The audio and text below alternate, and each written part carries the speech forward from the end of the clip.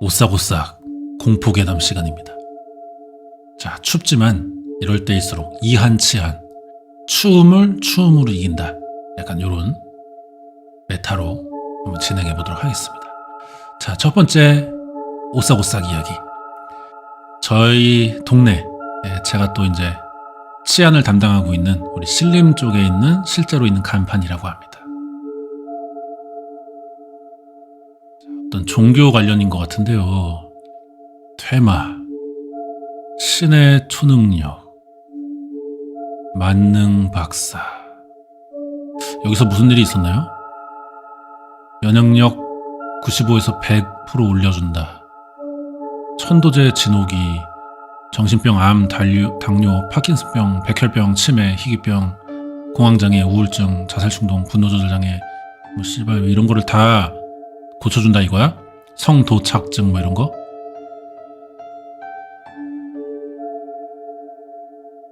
신림 봉천 이 부근이 무당들이 많아서 여기 주변 돌아다니다 보면 진짜 무당집이 많이 보이는데 이 간판을 볼 때마다 진짜 묘하다. 뭔가 기괴하면서 궁금하다랄까? 뭐야 이게? 카메라 출동 컨셉으로 몰래 사주보자. 안 그래도 이런 생각을 해본 적이 있어요. 한 두 군데를 가는데 점괘가 똑같을 것인가? 그런 거 한번 테스트 해보고 거짓 점괘, 거짓으로 내 어떤 그 생년월일을 말해가지고 무당이 이상하다고 생각을 할 것인가? 그런 테스트. 개노잼일 것 같네요.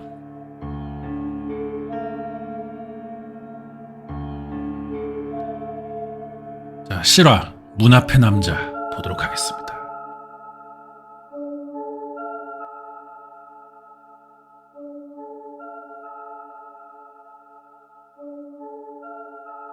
뭐야? 과거 미국에선 도어벨 카메라 붐이 터졌다. 사람도 많으니 그만큼 범죄자도 많고 총기 등 무기를 구하기 쉬운 사회 때문에 가정을 지킬 보안 상품이 나오는 건 당연한 이치다. 문 앞 도어벨에 카메라를 다는 걸로 바깥 상황을 살피는 관련 제품들이 널리 보급되어 그 영상이 인터넷 등지에 업로드되기도 하였다. 주로 침입자들이나 택배를 훔쳐가는 씹새끼들.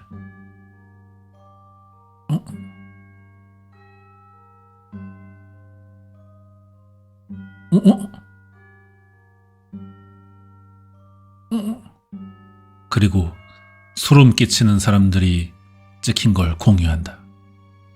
그 덕분에 도어벨 카메라에선 다양한 장르까지 탄생할 정도이며 이야기도 도어벨 카메라에 찍힌 기이한 사건이다.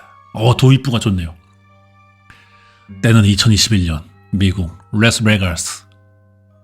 아만다 노박은 집에 돌아온 남편을 위해 저녁을 준비하던 도중 누군가의 노크 소리에 카메라를 확인했다.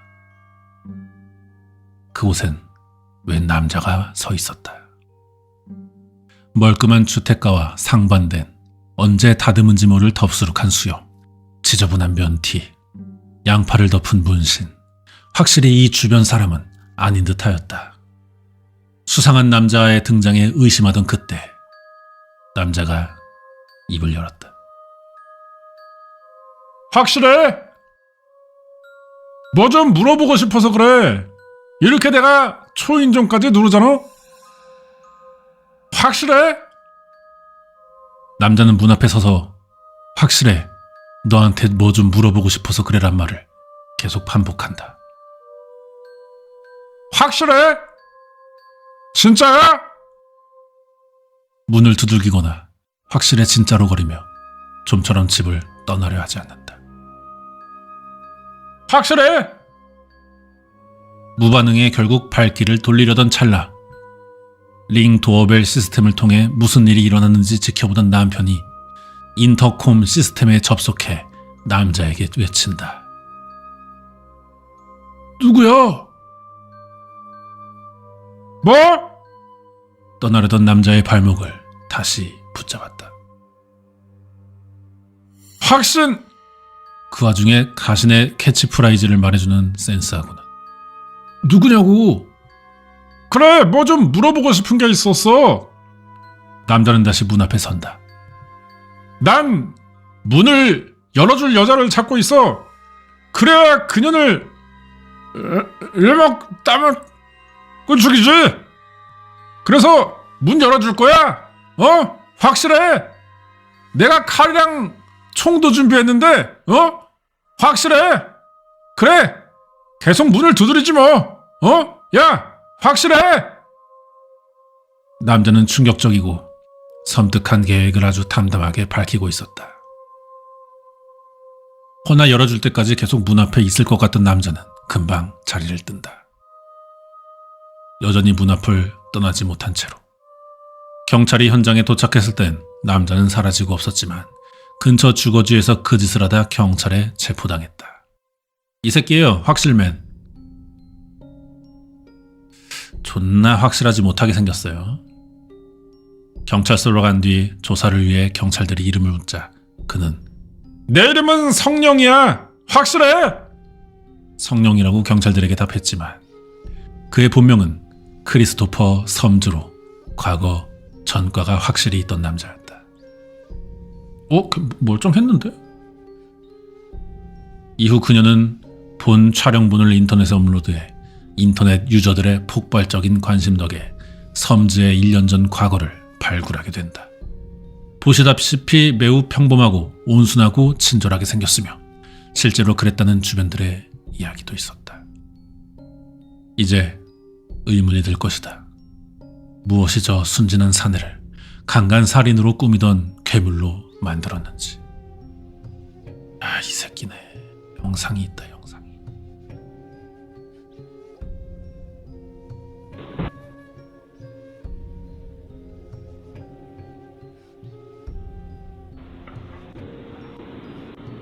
Are you sure? What? Are you sure? 확실해? I just rang your doorbell. 문 열어줄 I have a 거야. couple questions for you. 확실해? Are you sure? Are you positive? Are you sure? 이 새끼 그냥 뭐 다이어트 약 부작용으로 정신 나간 거 아니야? How are you? What I'm looking for is for the girl that's in the house to come out here because I'm gonna rape and kill the girl that's in the. 미친 새끼네요. 자, 다음 이야기 이어서 이번에는 신림이면은 이제 우리나라를 대표하는 또 행정구역이니까 이번엔 반대로 먼 나라 이웃 나라 일본에 있다는 섬뜩한 간판 한번 보겠습니다. 뭐야?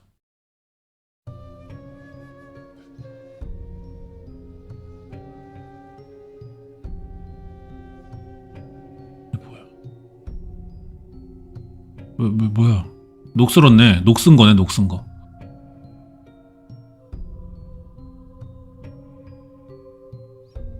이 뭐 어떡하라는 거야? 도토리현에 있는 학동간판이라고 불리는 녀석이다. 세워준 목적이나 시기 둘 다 불명이라 대충 방치되어 있었는데 이게 입소문을 타서 지자체에서도 굿즈를 내기도 했다. 이게 굿즈야? 이게 굿즈야! 확실해! 굿즈야! 그리고 이게 어두울 때 찍은 거다. 괴담의 뭐라고요? 괴담의 원리? 그 어딨죠?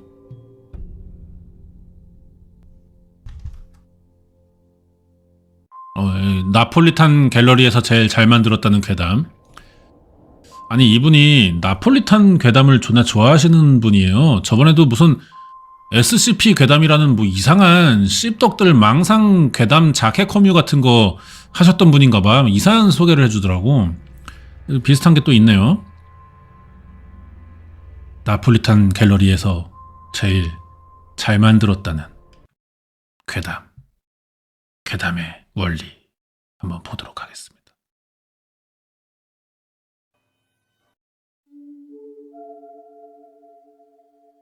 나폴리탄 괴담 마이너 갤러리의 모 유저가 작성한 나폴리탄 괴담 시리즈.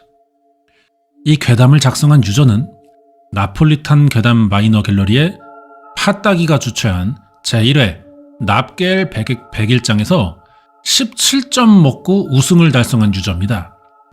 그래서 이 시리즈를 포함해 현재까지 총 6개의 괴담을 작성했는데요. 6개의 작품 모두 댓글마다 호평을 받기 일수얼수절수였습니다. 우리나라의 우케츠, K 우케츠 같은 형님이에요. 오죽하면 진짜 프로 작가가 취미로 갤러리에 글을 쓰고 있냐는 게 아니냐는 말까지 나올 정도였다고 합니다. 총 3편이 작성되었고 상당히 퀄리티가 좋다는 이제 평가가 있기 때문에 또 몰입해서 한번 보면 좋을 것 같습니다. 첫 번째, 나를 흉내내는 것. 엄마가 밥 먹으러 오라고 부르는 소리가 얼핏 들린 것 같아 나는 거칠게 헤드셋을 벗었다. 평소에는 옆방에서 누나가 부르는 소리도 안 들리는데 왜 1층 부엌에서 엄마가 밥 먹으러 오라고 부르는 소리는 이렇게 잘 들리는지. 일어나서 스트레칭 한번 하고 문고리를 잡은 순간 이때 가면은 엄마한테 당하는 겁니다. 그럼 당하신 거죠. 이렇게 돼버려요. 왜? 엄마가 다 차려놨다고 했는데 가면 아무것도 없어. 그래가지고 엄마가 숟가락 놓으라고 한단 말이야. 그럼 숟가락 놔야 돼. 다 차렸다고 해갖고 불러놓고 그럼 이제 우리가 엄마가 다 밥 다 됐다 와서 먹어 할 때 방 안에서 확실해! 이거 한번 해줘야 되는 거야. 그럴 필요가 있어요. 얘도 지금 당하는 것 같아. 봐봐. 곧 가요 엄마. 닫힌 문 밖에서 내 목소리가 들린다.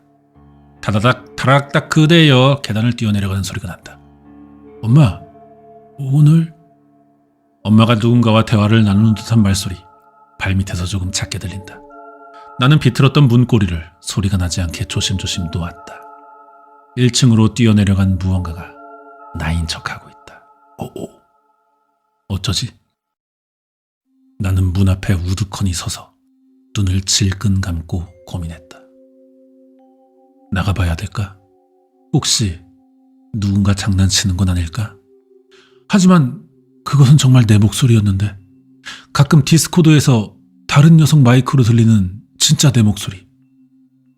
그리고 수상한 건 목소리뿐만이 아니었다.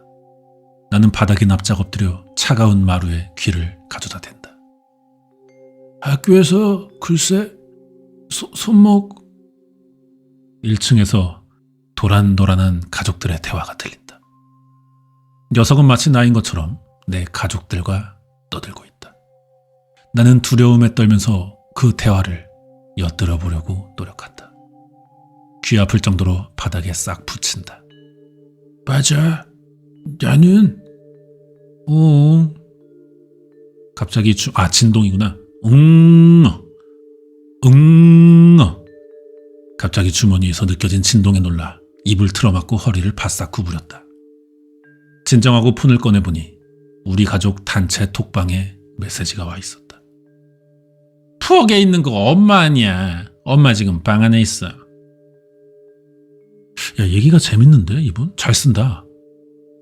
엄마도 엄마를 흉내내는 무언가를 인지하고 방에서 나오지 않은 모양이었다. 우린 톡방에서 얘기를 나누었고 결국 부엌으로 나가보기로 결정했다. 이런 괴상한 일을 겪는 게 나뿐만이 아니라는 것이다. 그 사실이 내게 상당히 큰 용기가 되었다. 끼익! 나는 방문을 열었다. 문이 끼익하고 열리는 소음이 그 어느 때보다 크게 들렸다. 맨날 보던 하얀 벽과 빡대가리 출입금지가 적힌 누나 방 문이 오늘따라 굉장히 낯설다. 심장이 쿵쿵 뛴다. 조용했기 때문이다. 고요하다. 방 안에 있을 때는 끊이지 않고 두런두런 들려오던 말소리가 문을 열자마자 뚝 끊겨서 그렇다. 나는 문득 그런 광경을 떠올렸다. 가족끼리 모두 모여 떠들다 갑자기 아무도 없을 위층에서 소리가 들린다. 말하다 말고 입을 꾹 다문 아빠는 손가락을 입술에 대며 쉿 하고 모두를 조용히 시킨다. 그리고 식탁에 둘러앉은 모든 이들이 신경을 집중한다. 내 소리를 향해서, 우리의 소리를 찾아서. 나는 숨이 턱 막힌다. 피부에 찬바람이 한껏 다 오므라든 것 같고 당장이라도 밑에서 위로 올라오는 저벅저벅 발자국 소리가 들릴 것 같아 숨을 들이켜도 폐가 반밖에 안 차는 느낌처럼 갑갑하고 어떻게든 이 순간에서 도망치고 싶어서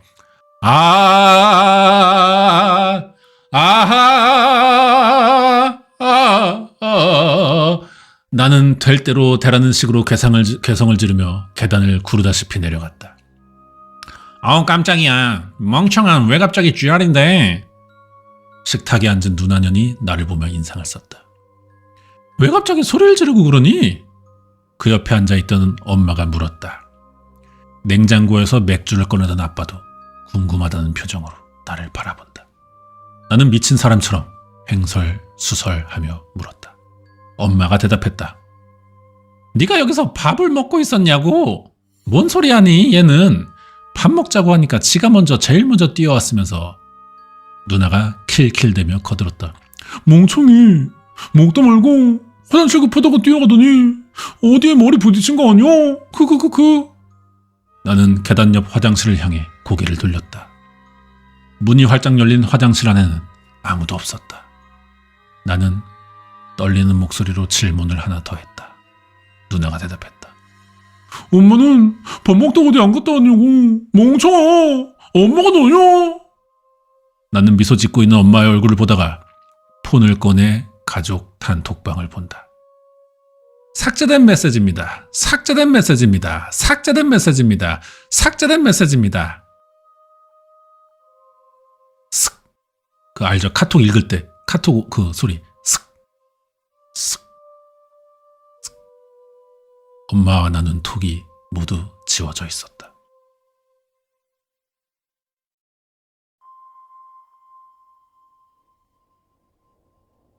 나는 내 방으로 돌아왔다. 입맛이 없어서 밥은 먹지 않았다. 부모님은 내가 너무 조금 먹는 게 아니냐고 걱정했다. 하지만 난 무엇이 진짜고 뭐가 가짜인지 알 길이 없어서 가족들과 있고 싶지 않았다. 방문을 잠가버리고 똥 모양의 모자를 뒤집었었다. 따뜻했고 귀신에 홀린 것이라면 빨리 끝나게 기도하며 리그 오브 레전드를 켰다. 얼마나 시간이 흘렀을까? 창문 밖이 깜깜한 걸 보니 밖이다. 나는 똥모를 벗었다. 달칵! 문고리가 돌아가는 소리가 들렸기 때문이다. 달칵 달칵! 무언가가 잠긴 내 방문을 열려고 한다. 아빠, 방문이 잠겼어요. 내 목소리로 우리 아빠한테 도움을 요청하면서. 어때요? 좀 진지하게 하니까 몰입감이 있나요, 여러분? 공포가 느껴지십니까? 자, 챕터 6. 나는 침대 아래로 숨었다. 문 밖에 있는 것과 마주치면 무서운 일이 벌어질 것만 같다. 직감 같은 게 아니다. 보다 실제적인 감각이다. 뜨겁게 끓고 있는 냄비 주변에 후끈한 공기를 느끼고 저 냄비를 만지면 손을 다치겠구나 알게 되는 것에 가까워. 아빠, 문이 잠겼어요. 그렇구나. 누가 안에서 찰칵하고 잠근 것처럼 부술까? 응? 아빠의 목소리와 내 목소리가 번갈아 들린다. 나는 혹시 몰라 벽에 닿을 때까지 몸을 밀어넣어 침대 가장 아래에 깊숙한 곳까지 숨었다. 꽝! 문이 부서지는 소리. 문이 열렸다. 나를 흉내내는 그곳의 하얀 발이 발목까지 보였다. 고마워요, 아빠. 그것은 문을 닫지 않아 난 아빠의 두 발도 볼 수 있었다. 아빠의 발은 문 앞을 조금 서성거리다 계단 쪽으로 움직였다. 내 방은 문이 계단 방향으로 나 있었기 때문에 사람이 내 방을 바라보며 계단을 내려가면 점차 눈높이가 낮아져 침대 밑까지도 볼 수 있다. 마주치겠다. 나는 중간에 우두커니 선 아빠와 눈을 마주쳤다. 두려움에 젖은 눈으로 나를 뻔히 바라보던 아빠가 돌연 크게 외쳤다. My son! My father! 그것이 대답했다. 아빠가 말했지? 괜히 집 돌아다니다가 이상한 거 마주치면 너 큰일 난다. 아빠는 엄청 큰 목소리로 소리 질렀다. 아빠가 언제요? 그리고 그렇게 크게 말 안 해도 다 들어요. 그것이 내 목소리로 투덜거렸다. 알겠지 아들. 꼭 명심하라고. 마주치지 마. 절대로 나오지 말라고. 하지만 아빠는 집이 떠나가라 같은 내용으로 몇 번 더 소리를 질렀다. 그것은 짜증을 내며 문을 닫았다. 지맥슬리님 멤버십 가입 환영합니다. 멤버십을 감사한다. 멤버십을 감사하면 지난 라이브를 다시 보게 할 수 있다. 문고리가 고장난 문은 완전히 닫혔다가 약간 밀려 나왔다. 나는 그 작은 틈으로 계단을 살폈으나 아빠는 그새 없어졌다. 아빠도 참 저게 무슨 말이람? 이 집에 이상한 곳에 숨어있기라도 한 것처럼 장롱 안에, 책상 아래, 에어컨 뒤에, 침대 밑에, 냉장고 안에, 서랍에 고이 접혀서 세탁기 안에, 거울 속에, 침대 속에, 이불 속에, 옷장 속에, 컴퓨터 속에, 성냥갑 속에 내 젊음아. 이 노래 아는 사람? 그것이 내 목소리로 중얼거리며 방 안을 돌아다녔다. 침대 위로 올라갔다가 책상 위로 올라갔다가 서랍을 열고 그 안에 발을 넣어보기도 했다. 나는 새하얀 발이 뒷걸음질로 돌아다니는 걸 본다. 그것은 마이클 잭슨처럼 뒤로 걷는다. 꼬박 밤을 새웠다. 깜빡 졸기라도 하면 나도 모르게 소리를 낼까봐 두려워서였다. 나는 문 밖을 경계하며 침대 밑을 기어서 나왔다. 그것은 학교를 간다면서 아침에 나가버렸다. 귀를 바짝 바닥에 붙이고 부모님과 녀석이 함께 나가는 소리를 확실하게 들었다. 지금 이 집에는 나와 누나뿐이다. 나는 빡대가리 출입금지라고 써있는 문 앞에서 한참을 고민하다 일단 메시지를 보내보기로 한다. 누나, 지금 어디야? 카톡. 아래에서 메시지가 왔다는 알림이 들렸다. 나는 소리를 따라 거실로 내려갔다. 에어컨 위에 누나의 폰이 덩그러니 놓여져 있는 걸 찾았다. 잠금 화면을 열 수 없지만 화면 상단에 가장 최근에 온 메시지들이 있다. 멍청이랑 같이 내려와. 밥 먹게. 지금 식탁에 앉아 있는 거 아빠 아니야? 누나 지금 어디야? 나는 누나의 폰을 손에 쥐고 고민하다 문득 좋은 아이디어가 떠올랐다. 부모님 방에서 아빠의 골프채를 찾아들고 누나 방문을 두드렸다. 똑똑. 점심들 먹고 와요. 어? 문을 연 누나는 겁에 질린 눈으로 나를 위아래로 훑어본다. 그리고 입을 연다. 제이게이야, 너 지금 뭐 하는 건데? 나는 골프채를 휘둘렀다. 며칠 후 나는 카페에 앉아있다. 오픈 채팅을 통해 약속을 잡은 괴담 박사와 만나기 위해서였다. 잠시 창밖을 구경하고 있으니 갈색 코트 차림의 깡마른 남성이 내 맞은편에 앉았다. 제이씨 맞죠? 저 괴담 박사입니다. 직접 체험한 괴담을 알려주면 돈을 주신다는 게 정말인가요? 그럼요, 그럼요. 괴담 박사는 씩 웃으며 손바닥을 비볐다. 나는 그것들의 원리를 연구하는 사람입니다. 실은 벌써 2개나 알아냈죠. 당신과의 대화가 3번째를 알아낼 수 있는 좋은 계기가 되었으면 합니다. 원리라고요? 내 마음이 조금 들뜬다.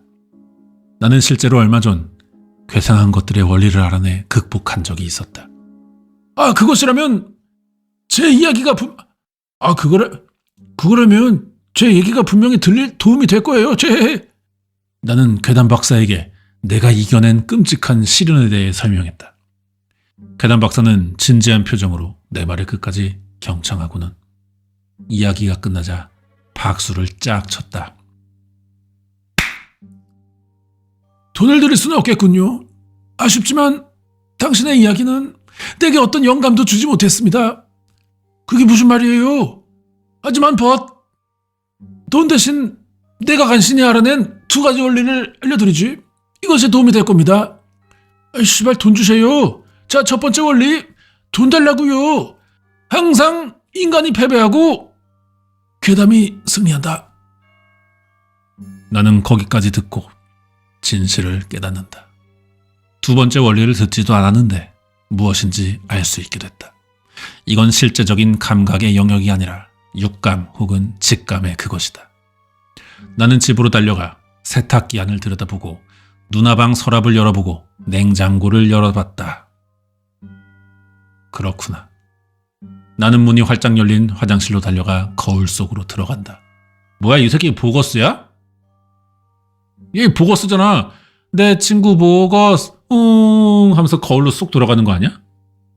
이 새끼 보거스 봤네. 이거 보거스. 어?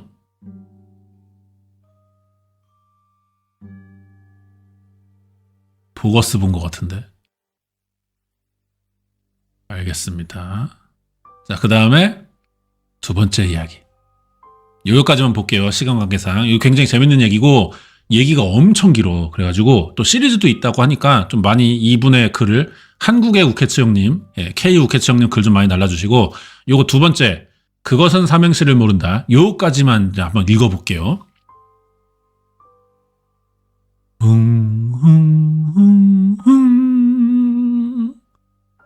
관리사무소에서 알립니다. 에브리파크 아파트 101동 곳곳의 스피커가 잡음과 함께 울린다. 당장 귀가하시고 절대 집 밖으로 나오지 마십시오. 다시 말합니다. 무슨 일이 있어도 집 밖으로 나오거나 문을 열지 마십시오. 이것은 실제 상황입니다. 둥둥둥둥. 나는 친구들과 아파트 옥상에서 망원경을 설치하다가 그 이상한 방송을 들었다. 우리 넷은 서로를 보며 뭔 이상한 일도 다 있다고 웃었다. 잠시 후 따닥딱딱딱 계단과 연결된 옥상 문 안에서 다급한 발소리가 울리기 시작했다. 발소리는 점점 커졌고 다급한 숨소리와 허둥거리며 벽을 치는 소리, 그리고 마참내 쿵쿵. 저기요, 거기 사람 있죠? 열어줘요. 빨리 문 좀 열어봐요. 별 구경을 방해받지 않으려고 미리 잠궈둔 옥상문을 누군가가 두드린다. 제발요. 제발 부탁드립니다. 와요. 저 죽으면 안 돼요.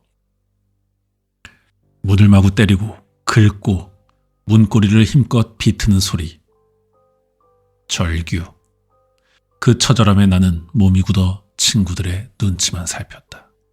친구들도 당혹스러운지 멀뚱히 서서 입을 여는 사람조차 없었다. 안 돼! 안 돼! 문을 긁는 소리는 점점 약해지고 악을 지르는 괴성도 점차 줄어들 때 타다닥닥 뛰는 소리, 탈칵 계단 창문 같은 걸 여는 소리, 잠시 정적, 그리고 철퍽. 옥상문 반대편이 아니라 아파트 아래에서 들려오는 무언가가 으깨지는 소리.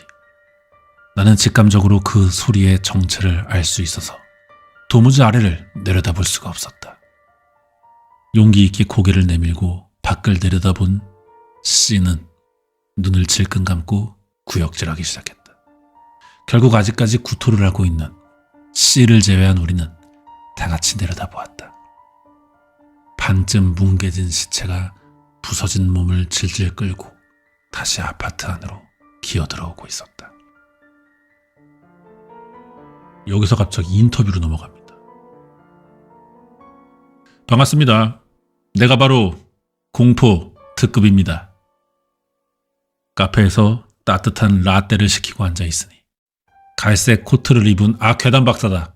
괴담 박사가 내 맞은편에 또 앉았다. 공포 특급.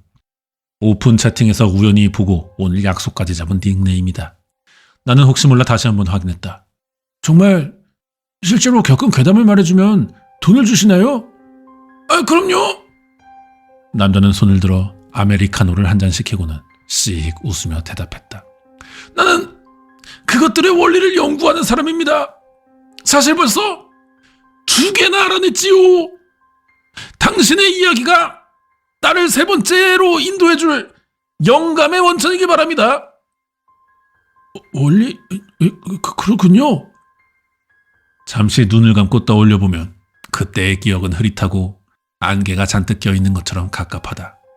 나는 옆에 둔 가방에서 에브리 파크 101동이라고 적힌 종이 뭉치를 꺼냈다. 이것은 구멍이 엉성한 내 기억보다 더 선명하고 진한 기록이다. 저도 그 원리를 하나 알고 있어요. 내 말에 공포특급이 입가에 웃음기를 지으며 눈을 반짝였다. 무엇인가요? 그것은 삼행시를 모른다 해요. 이거 안 되나요? 눈을 뜨자 보이는 건 텐트의 주황색 천장이다. 조금 몽롱한 채로 가만히 뾰족한 텐트 끝을 응시하고 있으니 서서히 무언가가 떠오른다.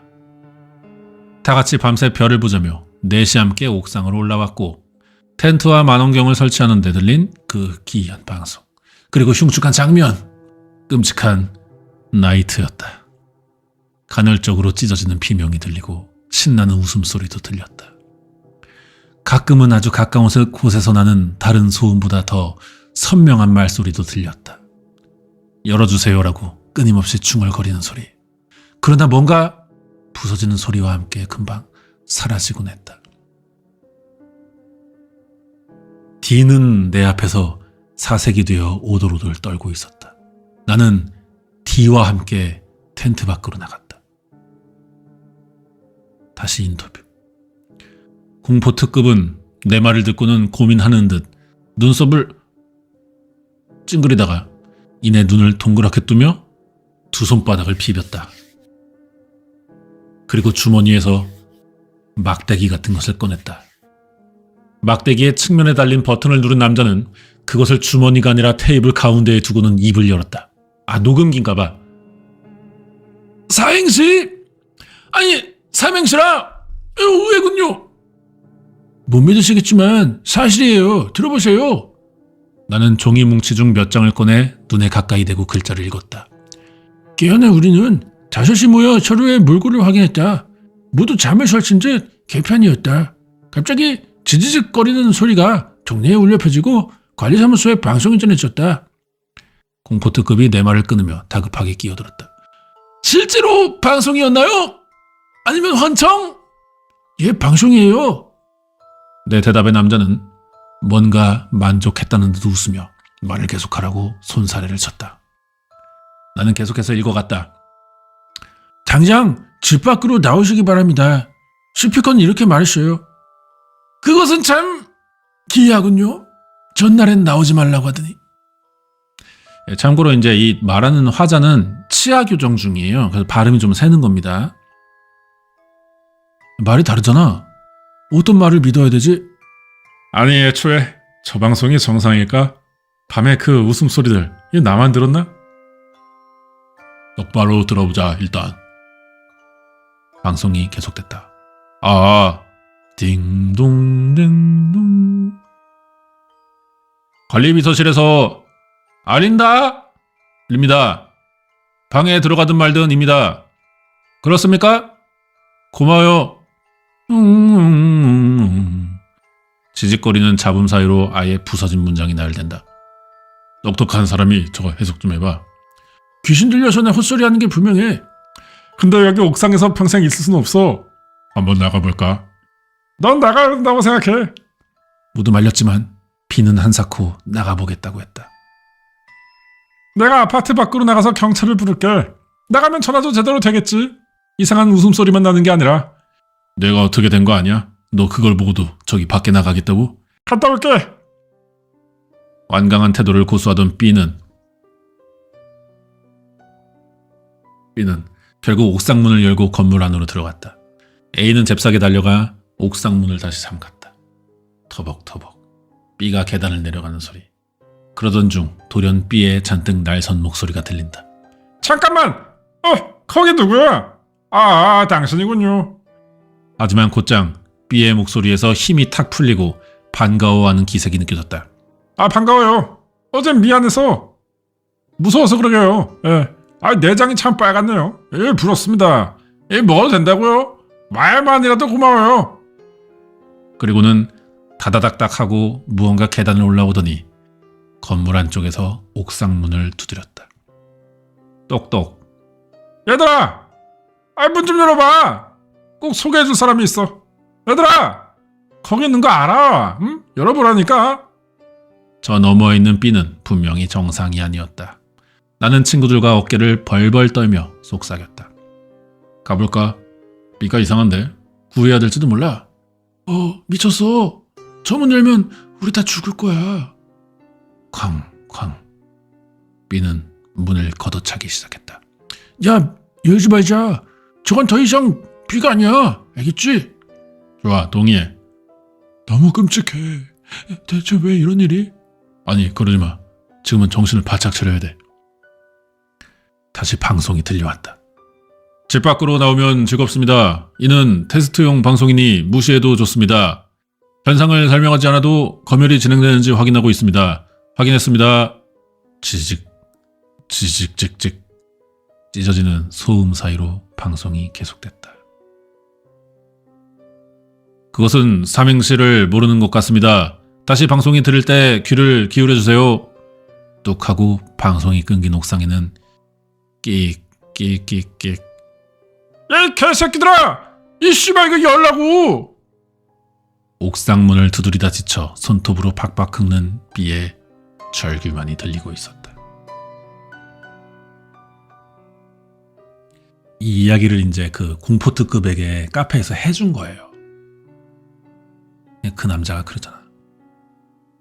그거 참 기묘한 이야기입니다, 그려. 남자는 뭔가 골똘히 생각하다 말을 이었다. 은은하지만 지독한 무언가가 점점 다가오는 그런 느낌이 들어요.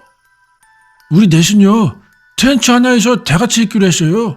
좁아서 편하게 누울 수도 없는데 차라리 이게 나았어요. 문 건너편의 B는 힘을 다했는지 조용히 했어요. 어쩌면 아까 아파트 아래에서 들린 철폭 소리가 B였을 수도 있겠다는 생각이 들었어요. 예. 거기까지 했고 나는 목이 타는 것 같아 잠시 종이에서 눈을 떼고 커피를 마셨다.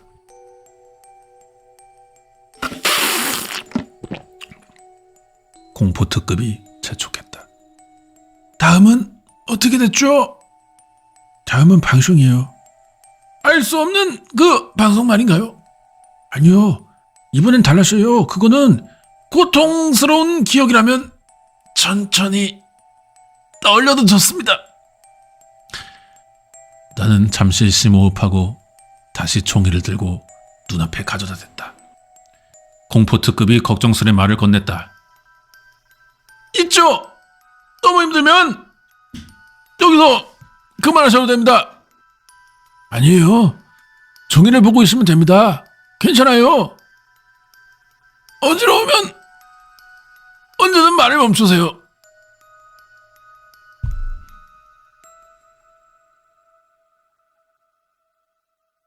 지직.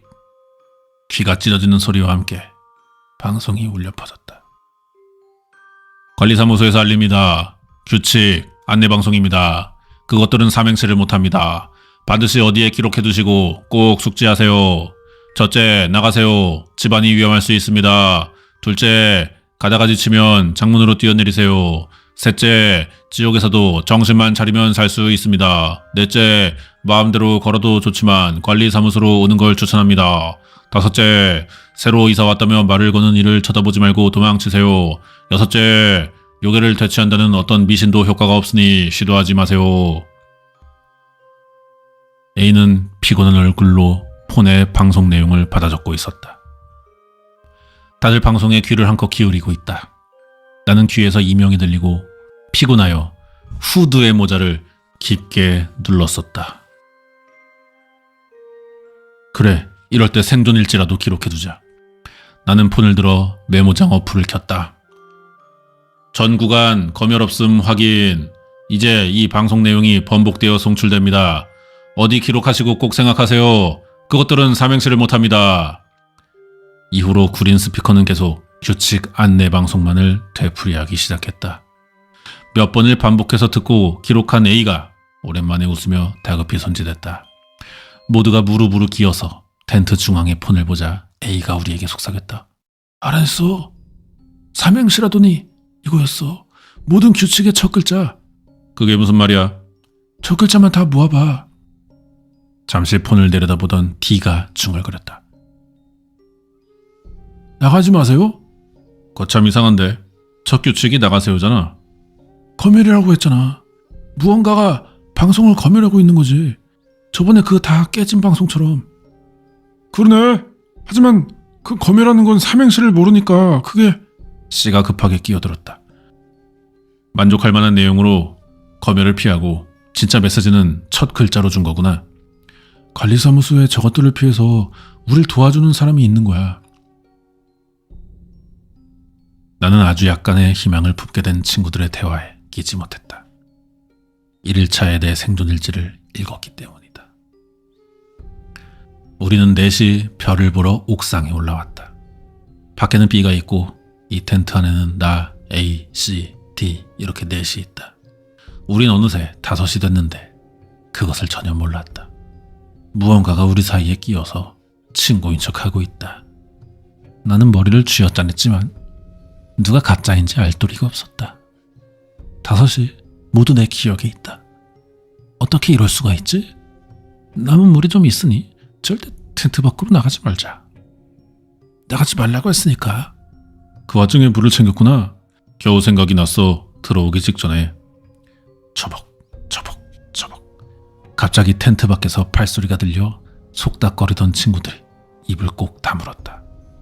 나도 숨을 급히 들이키고 엎드렸다. 처벅 처벅. 텐트 밖에 무언가가 걸어다니고 있다. 맨발이 옥상 바닥을 밟는 듯 조금은 끈적한 발소리. 텐트의 주황색 천 너머에 희미한 그림자가 생겼다. 긴 머리카락을 이리저리 휘날리는 왜소한 여자의 형상이다. 그리고 휘청거리고 절뚝거리는 그림자는 점점 짙어지고 커졌다. 그것이 다가오고 있다. 저기요. 손가락이 텐트 문을 지그시 누르더니 아래로 긁었다. 방수천에서 씩 소리가 났다. 이런 건가?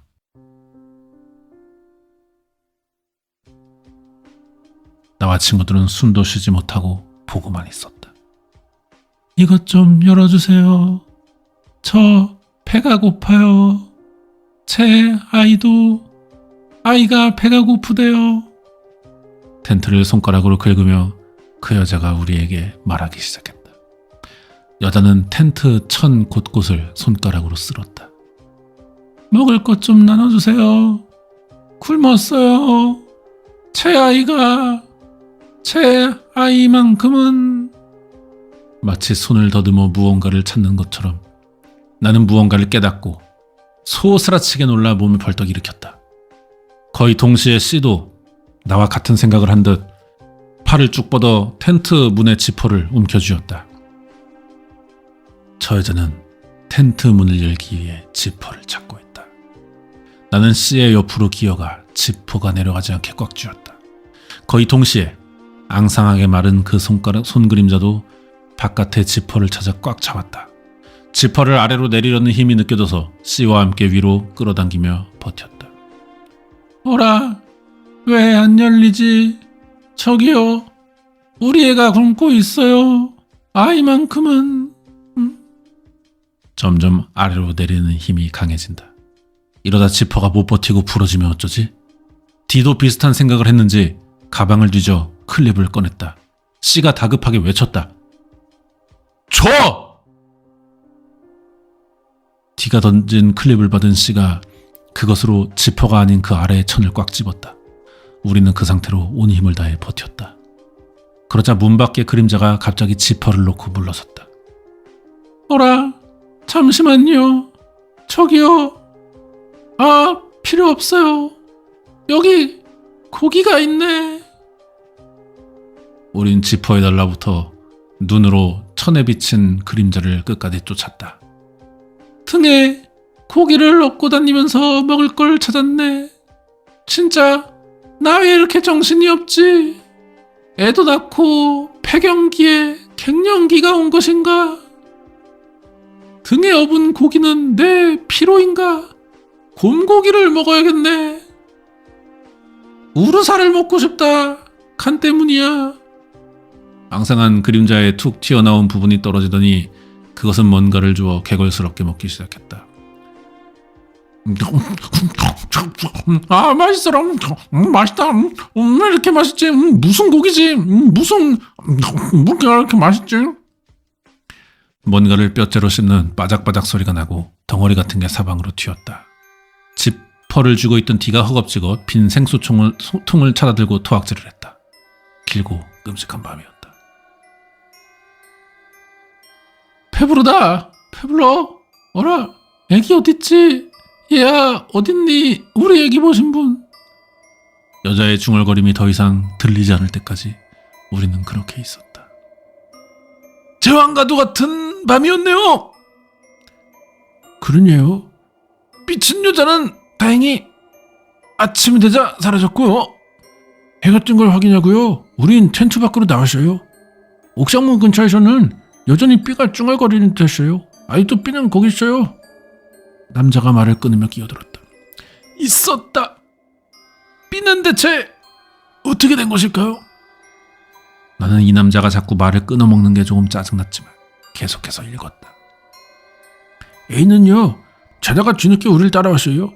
A는 새벽에 그 난리가 났는데도 자고 있었어요. A에게 새벽의 일을 설명하니까 너무 피곤해서 깊게 된 것 같다며 사과했어요. 나는 우리 사이에 우리가 아닌 것이 있음을 알고 있어서 A의 행동이 좀 수상했어요. 어지간히도 수상하군요. 일단 같이 모여서요, 급하게 회의를 했어요. 모두 더 이상 텐트가 안정하지 않다는 것에 동의했어요. 서로 말이 잘 통하는군요. 끼어든 그곳이 방해하지 않는 게 정말 신기합니다. 우리는 옥상 바로 아래인 11층으로 가기로 결정했다. 계획은 이렇다. 텐트를 고정하는 끈을 길게 연결해서 우리 몸에 묶고 옥상 난간에서 뛰어내린다. 11층 창틀에 붙어서 공구로 창문을 깨버리고 안으로 진입한다. 집안에서 무거운 가구 등에 끈을 묶어 고정한 뒤 모두가 차례대로 내려온다. 만약 안에 사람이 있다면 양해를 구하고 설명한다. 가장 어려운 처음 진입을 A가 하기로 했다. A는 어제 밤을 새지 않아 체력이 가장 좋기도 했고 본인이 미안하다며 자원했기 때문이다. 서서 버티는 사람들이 처음에 잘해줘야 돼. 나 준비됐어. 허리에 줄을 묶은 A는 난간에 앉은 채 조금씩 엉덩이를 난간 밖으로 뺐다. 우리는 충격에 대비했다. 나는 그러면서도 마음 한켠의 찝찝함을 지우지 못했다. 그러던 중 마침내 A의 몸이 난간 아래로 휙 떨어진다. 우리는 몸을 뒤로 힘껏 당기며 한 번의 충격을 견디고 다음 순간 뒤로 벌러덩 넘어갔다. 찢어질 듯한 괴성과 함께 저 아래에서 퍽 하고 북이 터지는 소리 같은 게 들렸다. 나는 막연자실에 딸려온 줄을 바라보았다. 그 끝은 마치 누군가 공구로 자른 듯 반쯤 깔끔하게 잘려 있었다. 이거 얘기가 너무 긴데요. 이거 언제 끝나요? 선발대 없습니까? 얘기가 끝나질 않네. 재밌긴 해. 읽을만해. D는 반쯤 미쳐서 소리쳤다. 누가 둘을 잘라놨어. 힘주는 순간 끊어질 정도로 잘라놨다고. 그 얘기 좀 그만해. D가 그런 C가 그런 D에게 살벌하게 으르렁거렸다. 너도 봤잖아. 아니 너냐? 너였냐 이 새끼야? 마음에도 없는 소리 하지 마라. 나도 두 사람을 말리며 울적하게 거들었다. 줄을 마지막으로 확인한 건 A야. D는 할 말을 잃고 옥상 바닥에 철푸덕 주저앉아 버렸다. 나는 내심 계속해서 A를 의심했다. A는 자기가 먼저 내려가겠다고 자원하고 유리창을 깨기 위한 공구를 고르겠다며 공구 상자를 뒤적거렸다. 그렇게 사고가 났고 잘린 줄은 너무 짧아 11층까지 닿지도 않게 됐다. 우리는 옥상에 고립됐다. 줄을 잇느라 텐트도 해체해버린 우정에. 나는 속이 갑갑하고 메스꺼리기 시작했다. 대체 누굴까? 정말 죽어버린 A인가? C인가? D인가? 아니면 내가 미쳐버려서 저지른 일인가? 누구인가? 이런 고민이 의미는 있나? 이대로 밤이 오면 모든 게 끝인데. 오, 내려보지 마. A가 기어 올라오고 있어. 난간 밖으로 고개를 내밀었던 C가 진저리를 치며 경고했다. 그게 무슨 의미가 있을까? 나는 충동적으로 옥상 난간 위에 올랐다. 잠깐만, 뭐 하는 거야? 등 뒤로 D가 소리 지르는 게 들렸지만 나는 그대로 뛰었다. 줄이 없어도 잘만 뛰어내리면 살 수도 있다. 저 둘과 함께 밤을 기다리는 그 1초 1초가 너무 답답하고 버티기 힘들어서 나는 평소였다면 무서워서 절대 하지 못했을 도전을 했다. 몸이 확 아래로 당겨지는 동시에 등 뒤로 손을 휘두른다. 무언가가 기다란 봉 같은 게 잡히는 느낌이 들었을 때 주먹을 꽉 쥔다. 팔이 뽑혀져 나갈 것처럼 아팠다. 그럼에도 불구하고 성공했다. 다행히 창문은 열려 있었다. 나는 허겁지겁 몸을 붙이고 난간을 타고 넘어 11층 베란다로 굴러떨어졌다.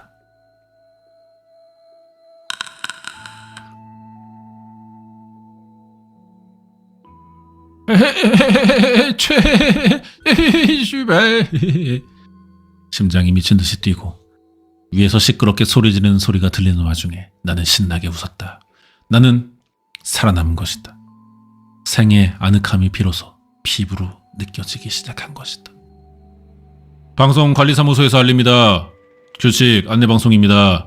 그것들은 삼행시를 못합니다. 반드시 어디 기록해두시고 꼭 숙지하세요. 첫째, 나가세요. 집안이 위험할 수 있습니다. 둘째, 가다가 지치면 창문으로 뛰어내리세요. 셋째, 지옥에서도 정신만 차리면 살 수 있습니다. 넷째, 마음대로 걸어도 좋지만 관리사무소로 오는 걸 추천합니다. 다섯째, 새로 이사 왔다며 말 거는 일을 쳐다보지 말고 도망치세요. 여섯째, 요괴를 퇴치한다면 그 어떤 미신도 효과가 없으니 시도하지 마세요. 먼지가 조금 쌓였지만 푹신한 침대에 누워 지겹게 방송되는 방송을 들으며 밖을 내다봤다. 옥상에서 내렸는지 조금 짧은 줄이 대롱대롱 흔들렸다. 마치 여기에 연결해달라고 애원하는 것 같았다. 하지만 말이야, 저걸 당기려면 집 밖으로 몸을 내밀어야 되는데 친구들, 삼행시를 알고 있어? 방송에서 말하고 있어. 나가지 마세요. 이게 내가 너희를 도와줄 수가 없는 이유야. 미안해. 난 살고 싶어. 여기까지의 이야기를 공포특급 아저씨에게 해줬습니다. 이거 얘기하고 돈 받으려고. 끝이에요. 내가 종이를 내려놓자 남자가 내 손등을 토닥거렸다. 모질게 독촉한 것 같아 죄송하군요. 기억이 조금 나십니까? 제 이걸 읽으면 기억이 좀 나요. 그날 나는 관리사무소에 앉아 있었어요. 나는 에브리파크 아파트 101동 관리사무소 직원이었다. 그것들을 보고 황급히 안내방송을 켜는 순간 지옥이 시작됐다. 101동을 비추는 여러 대의 CCTV 화면들에 끔찍한 사고가 끊이질 않았다. 나는 방송을 틀고 필사적으로 주민들에게 나오지 말라고 권고했다. 하지만 막상 101동에 울려 퍼지는 내용은 내가 말한 내용과 전혀 달랐다. 른셴의 명언이 생각나는군요. 행동하오 우야라. 잘못된 방송을 들고 나온 주민들은 그들은 당했어요. 나는 그걸 모두 지켜봐야만 했어요. 그것은 방송을 망치는 것 외에 나를 더 지독하게 괴롭히는 방법을 찾아냈다. 관리사무소 복합기로 팩스가 오기 시작했다. 특히 조마조마하게 살피고 있던 옥상 CCTV에 잡히는 청년들의 이야기가 종이에 활자로 찍혀 나오고 있었다. 하지만 비참한 기록은 오히려 내 마음에 어떤 불길을 지폈다. 정신을 차리고 다시 자리에 앉은 나는 방송을 망치는 녀석을 분석하기 시작했다. 적하면 적이군요. 당신은 정말 대단해요. 이거야. 테스트 방송을 미친 듯이 되풀이하며 그것의 의도를 알아내고 그것의 한계를 알아냈다. 그것이 삼행시를 이해하지 못한다는 것을 발견했다. 규칙 안내 방송이 탄생하는 순간이었다. 그래요. 그것들은 삼행시를 몰라요. 나는 그것을 성공적으로 이용한 겁니다. 그래, 난 승리했다. 내 방송을 알아들은 주민들은 문을 잠그고 집안에서 버티기 시작한 것이다. 그것들은 화가 확 났는지 팩스로 옥상 청년들이 참혹한 일을 겪는 내용을 계속해서 보내왔으나 나는 흔들리지 않고 방송을 계속했다. 그리고 얼마나 시간이 흘렀을까? 갑자기 관리사무소로 찾아온 무장한 군인들에 의해 구출되었다. 나는 들것에 실려가면서도 옥상 청년들의 이야기가 담긴 종이를 손에 꽉 쥐고 환호했다. 저뿐만 아니라 주민들을 지켜낸 겁니다. 아파트는 주민의 것. 그렇게 말하며 공포특급과 눈을 마주쳤다. 남자는 묘한 미소를 지었다. 그리고 뜬금없는 소리를 찌껄였다. 할아버지, 그거 아십니까? 저도 삼행시를 잘하는 편은 아닙니다만 정확히 말하면 정액센 당화로 문장을 만드는 것 말이에요. 그래서 종종 변법이란 걸 씁니다. 뜬금없이 문맥과 안 맞는 표현을 하거나 내가 원하는 단어가 나올 때 급하게 끼어들거나 발음이 비슷하면 억지로 글자를 바꿔 쓰거나 존재하지도 않는 인물과 병원을 지어내죠. 남자는 한참 전 테이블에 올려놨던 막대기를 집어들더니 잠깐 숨을 쉬고는 말을 이었다. 뿐이라. 뿐은 정말 어려운 글자네요. 이것도 편법 중 하나입니다. 너무 어려운 글자라고 말하면서 은근슬쩍 써버리는 거죠. 어떠십니까? 그리고는 막대기 옆에 있는 버튼을 꾹 누르더니 내게 내밀었다. 녹음 종료! 이거 살 것 같네요. 아무튼 결론만 말씀드리자면 돈을 줄 수가 없을 것 같습니다. 대신 내가 알고 있는 그것들의 두 번째 원리를 가르쳐드리죠. 도움이 될 겁니다. 내가 반사적으로 막대기, 아니 녹음기를 박자 남자가 신나게 박수를 짝짝 쳤다. 자, 알려드렸습니다. 공포특급은 그것으로 됐다는 듯 일어서서 코트 자락을 툭툭 털더니 카운터로 걸어갔다.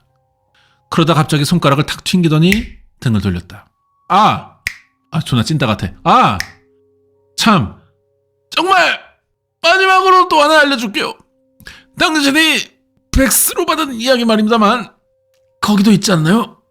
다급하게 말을 끊거나 발음이 비슷한 글자를 억지로 쓰거나 맥락에 묘하게 안 맞는 표현을 하거나 뭐 그런 친구 말이에요.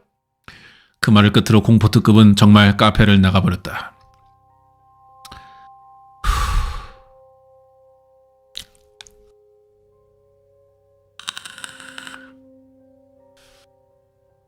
이 새끼 돈 또 안 주네. 나는 녹음기를 계속 반복해 틀다가 무언가를 깨닫고 에브리파크 아파트로 향했다. 폴리스 라인을 넘고 101동 마당으로 들어가자 음산한 안개가 끼고 공기가 칼칼해졌다. 마치 그것이 나를 기다리고 있던 것 같았다. 101동 건물 안으로 들어가자 모든 집의 문이 활짝 열려 있었다. 나는 아무 곳이나 들어가려다 문득 생각을 바꿔서 11등으로 향했다. 11층의 집에 들어가 방안을 확인한 나는 들고 온 종이 뭉치를 한 번 더 읽었고 듣지도 않은 첫 번째 원리가 무엇인지도 깨달을 수 있었다. 나는 문득 허탈해져서 챙겨온 권총을 들어 나의 턱을 겨우 누웠다.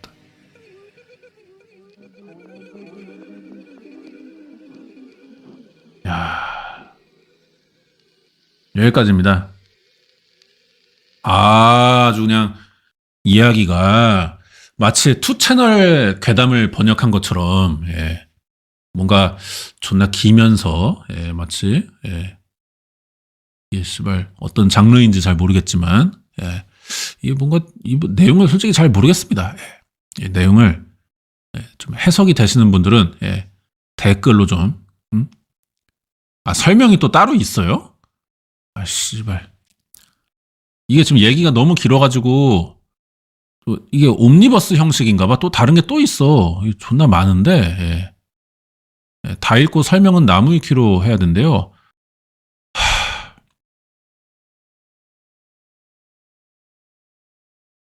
지금 나를 흉내내는 것, 그것은 삼행시를 모른다. 행복한 우리 집 이렇게 했거든요. 이게 야 씨발 너무 깁니다. 너무 고봉밥이기 때문에 다음에 이어서 보도록 하고요. 어쨌든 이야기가 이러니까 뭐 각자 한번 해석을 또 해보고 그게 문학이야, 여러분. 각자의 해석이 또 다 각자의 정답. 이 K 우케츠 형님의 글을 100명이 읽었다. 그럼 100명의 이야기가 있는 거야, 그 안에. 1000명이 읽었다. 그러면은 1000명의 이야기가 또 그 안에 있는 거죠. 그게 문학이에요. 또 여러분이 각자의 해석을 해가지고 이게 또 무슨 얘기인 것 같다. 이렇게 또 생각이 드시는 거 댓글로 좀 남겨주시고, 나머지 얘기는 다음에 들을게요. 존나 깁니다. 힘드네요. 목이 지금 터질 것 같아요. 자, 오늘 공포괴담은 그래서 여기서 마치도록 하겠습니다.